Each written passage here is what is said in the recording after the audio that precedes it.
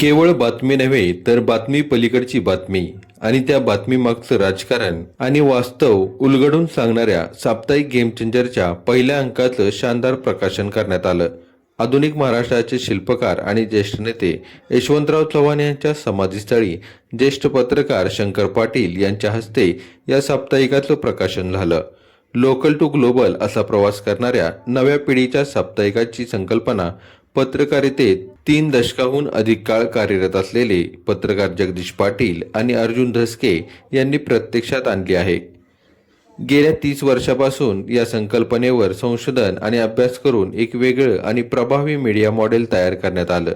यातूनच साप्ताहिक गेम चेंजरचा जन्म झाला. गेम चेंजर हे केवळ प्रिंट साप्ताहिक न राहता सोशल मीडिया आणि डिजिटल प्लॅटफॉर्मच्या माध्यमातून वाचकांची सातत्याने जोडले राहणार आहे. यासोबतच आयडियल मीडियाच्या माध्यमातून A to Z प्रोडक्शन आणि मीडिया कन्सल्टन्सी सेवाही उपलब्ध करून दिल्या जाणार आहेत. प्रकाशन सोहळ्यास कराड आणि परिसरातील पत्रकार, विविध क्षेत्रातील मान्यवर आणि गेम चेंजरच्या टीमचे सदस्य मोठ्या संख्येने उपस्थित होते. यावेळी ज्येष्ठ पत्रकार शंकर पाटील यांच्यासह उपस्थित मान्यवरांनी साप्ताहिक गेम चेंजरला शुभेच्छा दिल्या.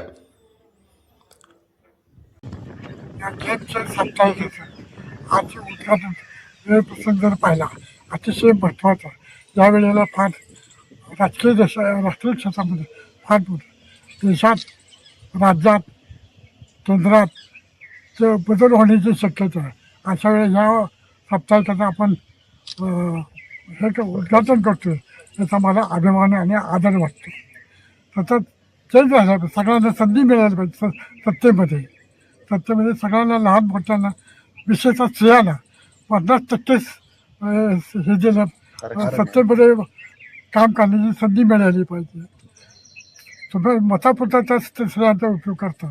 सत्तेच्या राजकारणात तुम्ही त्यांना भागीदारी करून घेत नाही. स्त्रीप्रधान देश, पुरुषप्रधान देश आपला असल्यामुळे या गोष्टी अशा घडतात.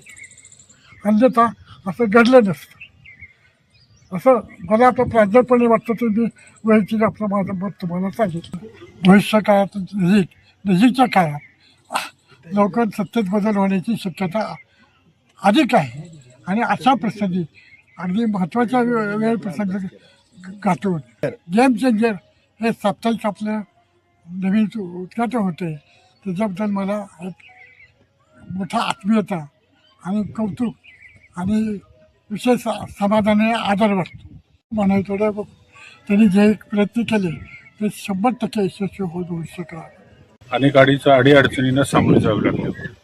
अशातच जो प्रसारमाध्यमांचा होणारा घाला आणि वृत्तपत्रसृष्टीसमोर असलेलं आव्हान हे सुरू असतानाच परवा जेनजेचं जे हे झालं, जेनजेचं जे आंदोलन झालं, त्या आंदोलनाने जी प्रसारमाध्यमामध्ये वृत्तपत्रसृष्टीची एक विश्वासार्हता पुन्हा प्रस्थापित करण्याकडे वाटचाल सुरू ठेवली.